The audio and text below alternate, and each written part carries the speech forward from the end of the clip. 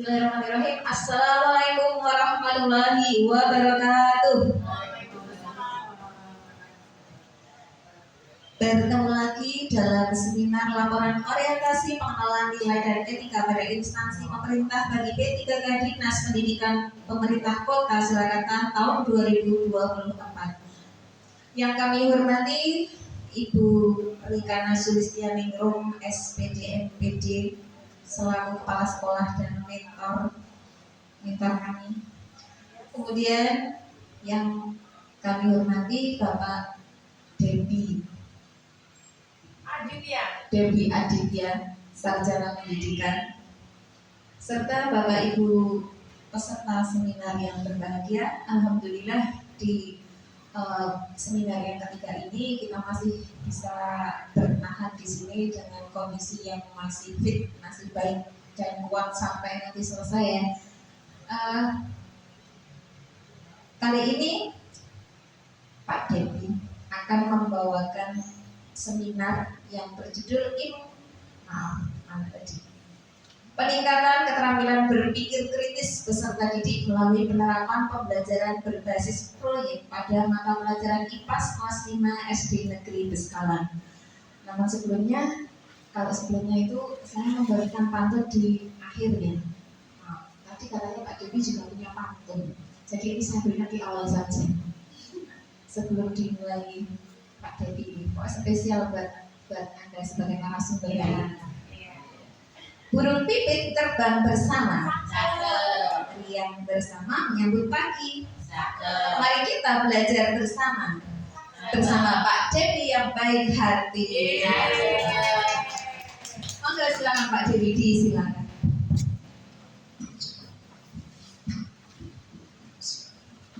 Assalamualaikum warahmatullahi wabarakatuh.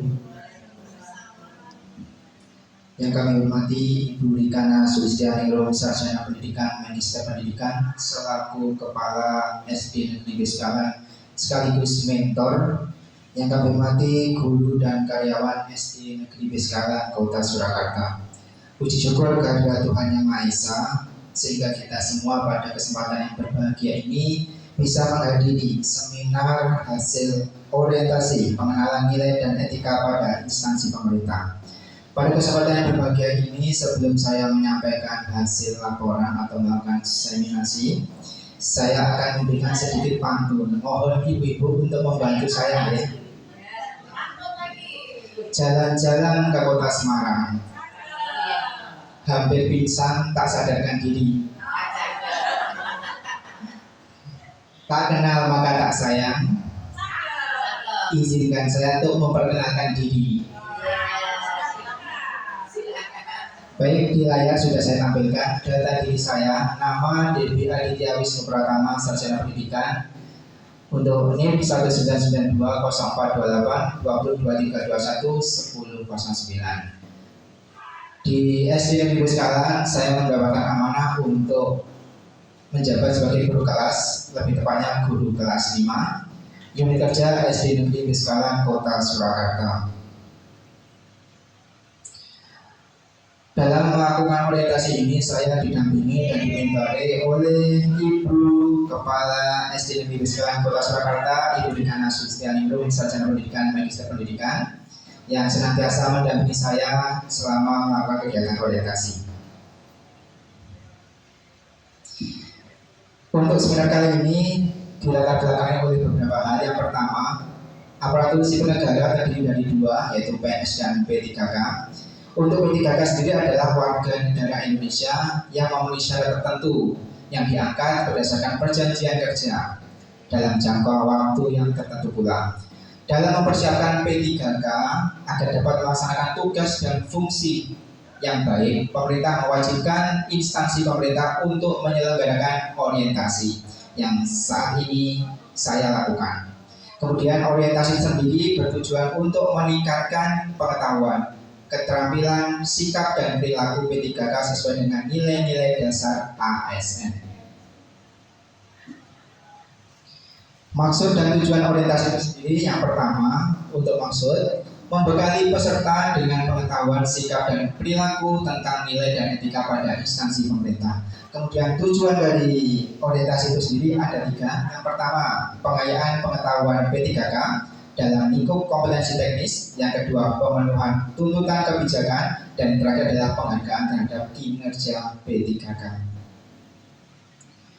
Perlu diketahui oleh ibu-ibu semua atau bapak ibu hadirin yang berbahagia bahwa orientasi ini juga memiliki beberapa evaluasi yang akan dilaksanakan saya dan teman-teman.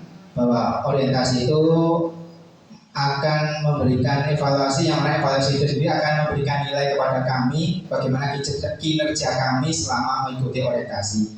Salah satunya yang nanti akan dinilai oleh ibu mentor.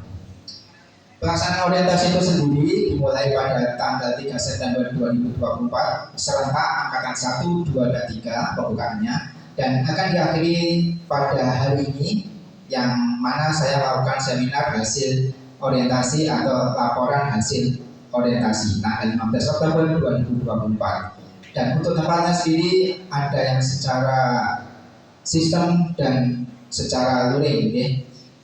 Yang pertama di LMS, yang kedua adalah di tempat kerja saya sendiri, yaitu di SD Negeri Beskalan Kota Surakarta. Untuk pemerintah Kota Surakarta sendiri memiliki visi-misi. Yang pertama, visinya sendiri yaitu mewujudkan Surakarta sebagai kota budaya yang modern, tangguh, gesit, kreatif, dan sejahtera. Atau pernah disampaikan juga oleh rekan-rekan MTGKAS, modern, tangguh, gesit, kreatif, dan sejahtera. Untuk misinya yaitu waras, wasis, warak, mapan, dan papan. Untuk manajemen P3K sendiri meliputi beberapa hal. Ada 10 manajemen. Yang pertama adalah penetapan kebutuhan, yang kedua pengadaan, ketiga penilaian kinerja, yang keempat hak dan kewajiban, yang kelima gaji dan tunjangan, keenam pengembangan kompetensi, ketujuh pemberian penghargaan atau reward, yang kedelapan adalah disiplin, 9 pemutusan hubungan perjanjian kerja, dan ke-10 adalah perlindungan. Manajemen kepegawaian P3K itu sendiri dilakukan berdasarkan sistem merit atau perbandingan antara kualifikasi, kompetensi, dan kinerja. Hal itu juga diatur dalam Undang-Undang Nomor 20 Tahun 2023. Untuk penilaian kinerja P3K ini ada 3. Menurut Permen PAN RB Nomor 6 Tahun 2022, yang pertama adalah perencanaan kinerja, yang kedua adalah pelaksanaan, pemantauan, dan pembinaan, yang ketiga adalah penilaian kinerja pegawai. Untuk P3K sendiri memiliki sikap disiplin, yaitu kesanggupan menaati kewajiban dan menghindari larangan yang ditentukan dalam peraturan perundang-undangan. Apabila tidak bisa melakukan kedisiplinan, juga akan mendapatkan sanksi atau pelanggaran disiplin setiap ucapan, tulisan, atau perbuatan P3K yang tidak menaati kewajiban atau melanggar larangan tertentu. Untuk peran P3K itu sendiri, yaitu sebagai pegawai ASN, berperan sebagai perencana, kemudian pelaksana, dan pengawas penyelenggaraan tugas umum pemerintahan dan pembangunan nasional melalui pelaksanaan kebijakan dan pelayanan publik yang profesional.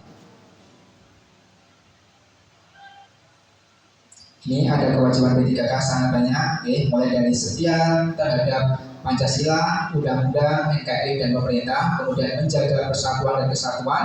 Yang ketiga, melaksanakan kebijakan yang ditetapkan oleh pejabat pemerintah. Yang keempat, menaati ketentuan peraturan perundang-undangan. Yang kelima, melaksanakan tugas kedinasan. Yang keenam, menunjukkan integritas dan keteladanan dalam sikap, perilaku, dan ucapan. Yang berikutnya, menyimpan rahasia jabatan dan hanya dapat menemukan rahasia jabatan sesuai dengan ketentuan peraturan perundang-undangan. Dan yang terakhir adalah bersedia ditempatkan di seluruh wilayah NKRI. Larangan itu sendiri juga cukup banyak. Apabila kita menyalahgunakan kewenangan, kemudian menjadi perantara dalam keuntungan pribadi, menjadi pegawai atau pekerja untuk negara lain, berikutnya bekerja pada lembaga, instansi, atau organisasi internasional tanpa izin, Yang berikutnya bekerja pada perusahaan asing, memiliki, menjual, membeli, menggandakan, menyelewengkan atau meminjamkan, menyewakan barang baik bergerak atau tidak bergerak, melakukan pungutan di luar ketentuan, melakukan kegiatan yang merugikan negara. Ini lumayan banyak larangan sebagai P3K. Nilai dan etika Dinas Pendidikan Kota Surakarta. Di sini Dinas Pendidikan Kota Surakarta memiliki visi terwujudnya layanan pendidikan yang bermutu dan paripurna. Tujuannya terwujudnya masyarakat cerdas dan berkarakter unggul.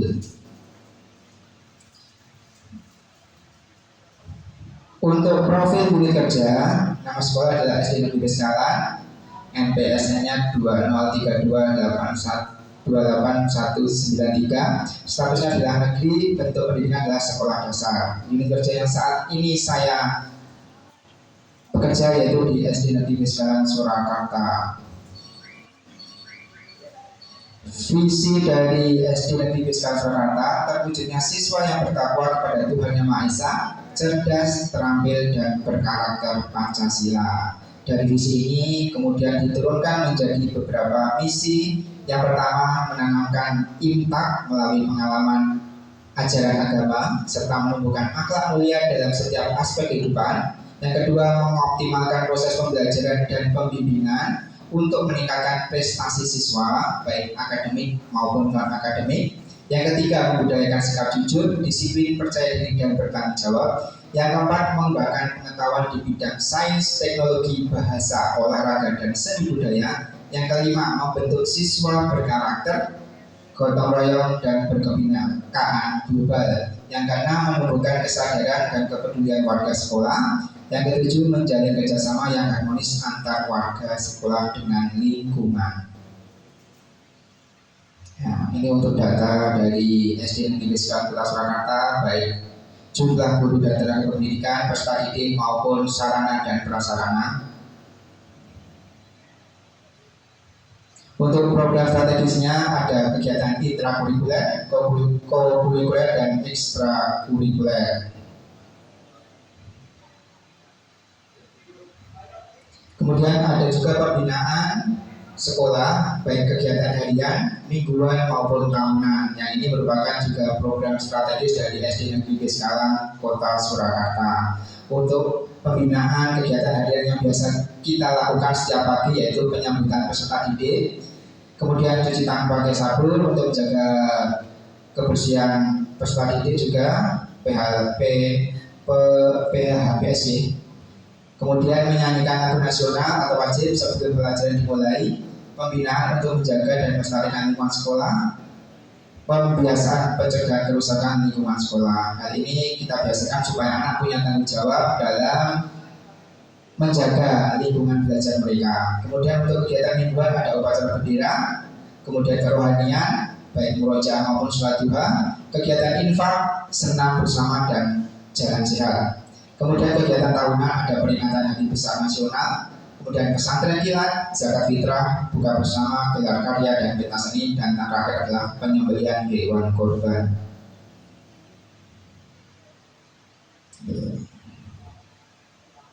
Ini adalah rencana dan hasil kerja P3K. Untuk identifikasi isu yang saya ambil adalah satu, pemahaman peserta didik pada mata pelajaran IPAS yang masih rendah. Yang kedua, keterampilan berpikir kritis peserta didik yang masih rendah khususnya pada mata pelajaran IPAS. Dan terakhir adalah kurangnya penerapan pembelajaran inovatif pada mata pelajaran IPAS. Dari identifikasi isu tersebut saya angkat satu isu yang menarik, yaitu keterampilan berpikir kritis peserta didik yang masih rendah pada mata pelajaran IPAS kelas 5 SD Negeri Beskalan Kota Surakarta. Ya, inilah judul gagasan yang saya angkat. Peningkatan keterampilan berpikir kritis peserta didik melalui penerapan pembelajaran berbasis proyek pada mata pelajaran IPAS kelas 5 SD Negeri Beskalan. Dari gagasan tersebut saya ambil dua variabel penting, yaitu berpikir kritis dan pembelajaran berbasis proyek. Untuk kelebihannya dari kegiatan pembelajaran berbasis proyek itu sendiri, yaitu untuk meningkatkan motivasi peserta didik dalam belajar. Yang kedua, meningkatkan kemampuan pemecahan masalah. Yang berikutnya adalah meningkatkan keterampilan komunikasi peserta didik, meningkatkan keterampilan berpikir kritis, kemudian meningkatkan keterampilan mengelola sumber belajar, kemudian menyediakan pengalaman belajar yang kompleks, membangun karakter dan meningkatkan hasil belajar peserta didik. Ini adalah rencana-rencana kerja untuk kegiatan pertama, yaitu mencari tahu dulu penyebab rendahnya keterampilan berpikir kritis peserta didik khususnya kelas 5 SD Negeri Beskalan. Di situ kita akan membuat angket, membuat angket terlebih dahulu. Kemudian angket tersebut akan kita bagikan kepada peserta didik untuk diisi. Kita akan mengetahui sejauh mana penyebab itu muncul pada peserta didik. Apakah tingkat rendahnya itu masih dalam tingkat rendah yang sedang ataupun sudah yang tingkatnya rendah yang tinggi. Kemudian outputnya adalah terisi lembar angket. Di situ akan kita peroleh informasi penting dari penyebab rendahnya keterampilan berpikir kritis peserta didik. Setelah kegiatan 1 dilakukan, kegiatan 2 yaitu membuat media belajar yang interaktif, menarik dan menyenangkan. Diketahui bahwa ternyata salah satu penyebabnya adalah media belajar yang kurang menarik saat anak belajar di kelas. Tahapan kegiatannya kita adalah melakukan konsultasi dengan mentor serta teman sejawat mengenai media pembelajaran interaktif, kemudian mencari referensi dari berbagai sumber terkait dengan media belajar yang interaktif, menarik dan menyenangkan. Kemudian kegiatan yang ketiga yaitu menambahkan sarana dan prasarana untuk pembelajaran IPAS. Tahapan kegiatannya yaitu mendiskusikan dengan teman sejawat terkait sarana dan prasarana yang digunakan, memanfaatkan media yang menarik untuk dapat digunakan dalam rangka mengatasi rendahnya keterampilan berpikir kritis peserta didik. Kegiatan yang keempat yaitu melakukan evaluasi dan refleksi kegiatan tentang pembelajaran berbasis proyek untuk dapat meningkatkan keterampilan berpikir kritis peserta didik.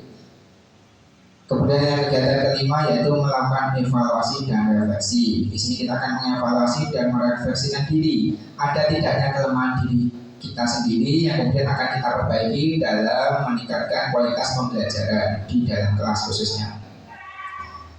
Untuk rencana kerja menengah tahun pertama, kita akan membuat media pembelajaran IPAS yang menarik. Outputnya adalah terciptanya media pembelajaran IPAS yang menarik bagi peserta didik. Kemudian tahun kedua kita membuat alat peraga bersama-sama dengan peserta didik melalui penerapan pembelajaran berbasis proyek. Peserta didik tertarik dan mulai menyukai pembelajaran IPAS. Apabila kita gunakan kegiatan yang melakukan, insya Allah anak-anak itu lebih tertarik untuk mengikuti kegiatan pembelajaran. Tahun ketiga kita akan mengeksplorasi keterampilan berpikir kritis siswa atau peserta didik pada mata pelajaran IPAS dengan berkompetensi. Jadi setelah membuat alat peraga, kita akan coba tes apakah pemahaman anak meningkat, apakah kompetensi keterampilan berpikir kritisnya juga sudah mulai muncul pada peserta didik. Kemudian outputnya kita bisa mengikutkan peserta didik dalam olimpiade atau lomba sains. Tahun keempat kita akan mempublikasi pembelajaran melalui praktik baik. Publikasi ini bisa ke komunitas belajar ataupun kepada kelompok kerja guru atau KKG.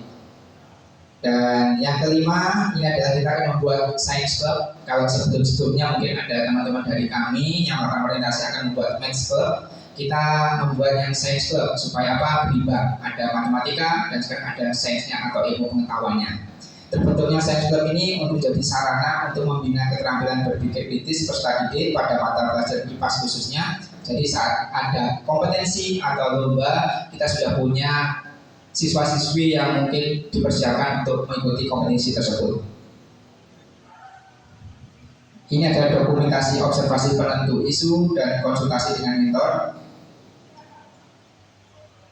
Kemudian ada dokumentasi pelaksanaan pembelajaran bersama siswa di kelas. Dan yang terakhir adalah dokumentasi proses pembuatan media. Ini salah satu media yang mungkin sudah pernah kami coba dan ternyata hasilnya sudah membuat anak tertarik dan lebih menyukai untuk pembelajaran IPAS, khususnya pada materi-materi yang kompleks di mana itu abstrak. Contohnya berkaitan dengan sistem pencernaan, peredaran darah maupun pernapasan. Kalau mungkin anak hanya melihat video, hanya membaca buku, mungkin hafal saat itu. Tapi Kalau tidak melakukan, tidak mengetahui alurnya, kadang-kadang anak pada pembelajaran berikutnya sudah lupa kapan alurnya atau urutannya itu sudah lupa. Tapi kalau anak-anak dicoba atau diajak untuk bekerja membuat media yang mana itu merupakan alur dari sebuah sistem, misalkan sistem pernapasan, sistem pencernaan atau peredaran, insya Allah itu lebih membuat anak mengenal, kemudian ilmu pengetahuan juga lebih lama untuk diingat. Demikian seminar yang bisa saya laporkan. Mungkin nanti ada pertanyaan dari teman-teman, dari Bapak Ibu, kami silakan. Saya cukupkan, saya kembalikan kepada moderator. Aplaus lagi dong buat Pak Jody. Kalau sebelumnya ada Maths Club, sekarang ada Science Club. Mungkin nanti ada klub-klub lainnya. Oh ya, nah ini kelihatannya kita tunggu saja ini apa namanya tindak lanjutnya terlaksana atau tidak. Tapi terlepas dari itu tadi yang disampaikan dari apa ya untuk yang kelas tinggi ya, termasuknya kan fase C kelas 5 yang kelas tinggi itu yang di apa sasar adalah memang tingkat berpikir kritisnya pada anak-anak dalam menuju ke tingkat berpikir kritis ini tadi Pak Dadi sudah menyampaikan ada beberapa langkah atau program yang dilaksanakan dari mulai mencari tahu hingga sampai ke evaluasi dan refleksi yang akhirnya dibentuk dalam sebuah program jangka menengah dari membuat media, membuat alat peraga hingga tadi sampai ke pembentukan science club. Nah, ini tentunya bisa menarik bagi Bapak Ibu guru ya, Bapak Ibu guru. Bagaimana itu bisa terjadi? Bagaimana cara berpikir kritis untuk anak-anak tingkat 5 sekolah dasar. Nah, monggo untuk itu kami berikan kesempatan kepada Bapak Ibu untuk bisa bertanya. Satu atau dua pertanyaan, Pak? Satu saja. Monggo Bapak Ibu satu penanya. Ini siapa yang berkesempatan? Monggo. Nama dan pertanyaan. Terima kasih. Perkenalkan, nama saya Rika, di kelas 2. Saya ingin bertanya kepada Pak Debbie, adakah kendala dalam penerapan pembelajaran berbasis proyek dan apa solusinya, serta beri sedikit contoh bagi kami. Terima kasih Pak. Terima kasih Bu. Tadi cuma satu ya, langsung saja dijawab. Kendalanya, solusinya, serta contohnya. Monggo Pak Debbie. Baik, terima kasih Ibu Armeda Rita Budiarsi ya, guru kelas 2. Pertanyaan tadi, adakah kendala-kendala dalam penerapan pembelajaran berbasis proyek? Jika ada itu seperti apa kendalanya, kemudian diberikan contoh konkretnya. Jadi setiap penerapan pembelajaran pasti ada kendalanya. Apapun itu, model, media, metode dalam menerapkan pembelajaran pasti ada kendala. Tapi bagaimana kita bisa mengantisipasi kendala tersebut? Untuk pembelajaran berbasis proyek itu sendiri memiliki beberapa kendala. Yang pertama yaitu kita membutuhkan waktu yang cukup lama dalam menyelesaikan tugas ataupun masalah yang akan kita diskusikan bersama anak. Misalkan contoh, kita akan membuat media atau mengetahui cara bagaimana manusia itu melakukan sistem pernapasan.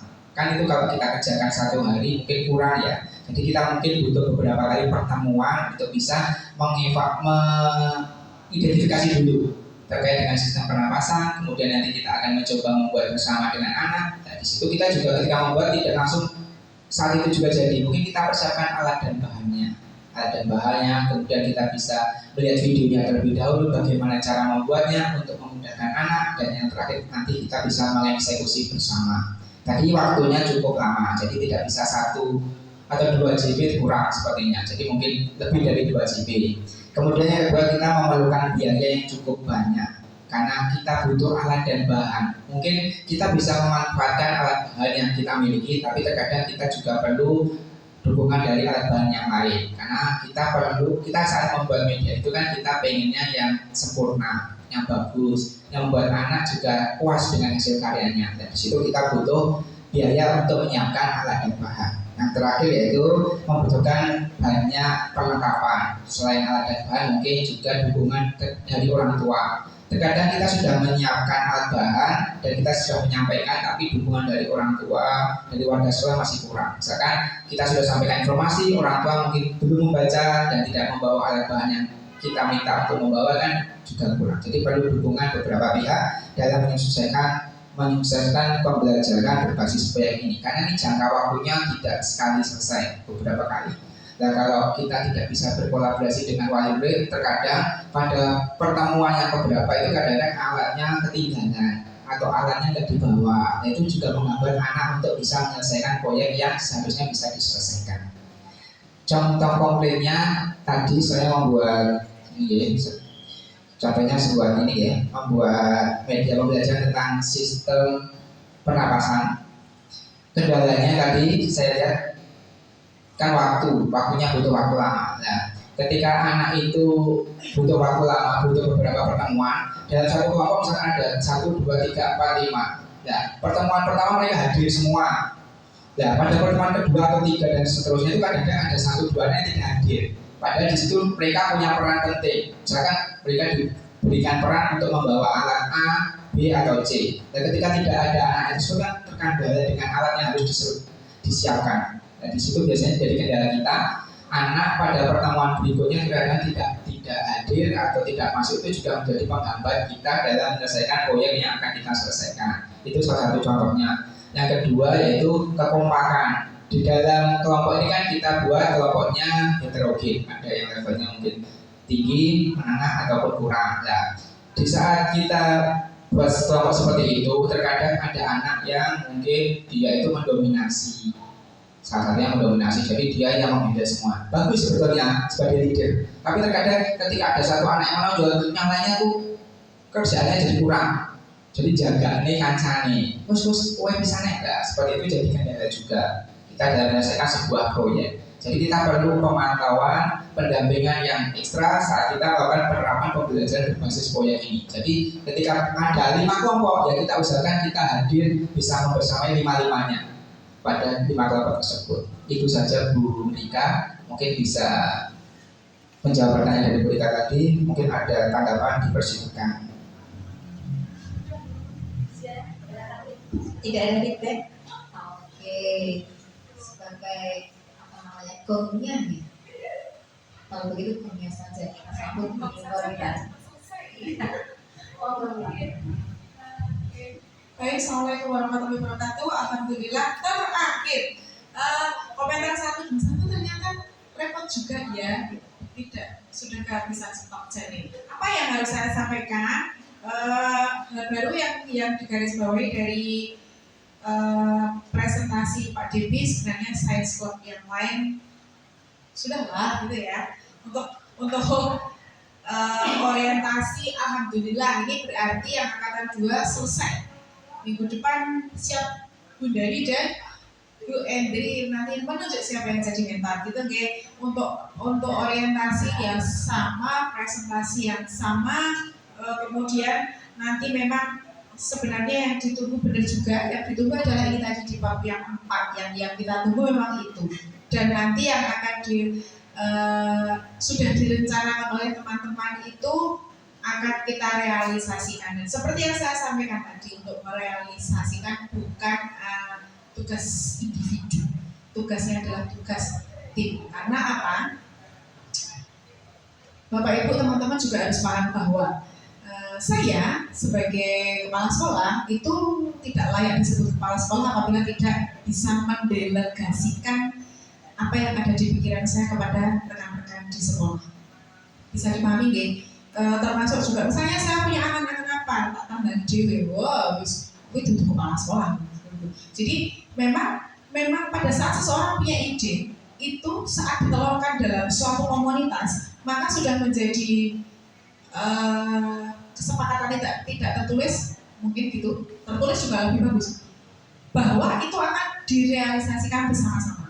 Dan ide-ide yang sudah keluar dari Bu Rika, Bu Devi, Bu Dina, Pak Depi, ya ini nanti persidangan siap sudah mengeluarkan ide, berarti siap menjadi koordinator, kemudian siap membagi apa yang yang ada di dalam anak-anak itu dibagi dengan teman-teman.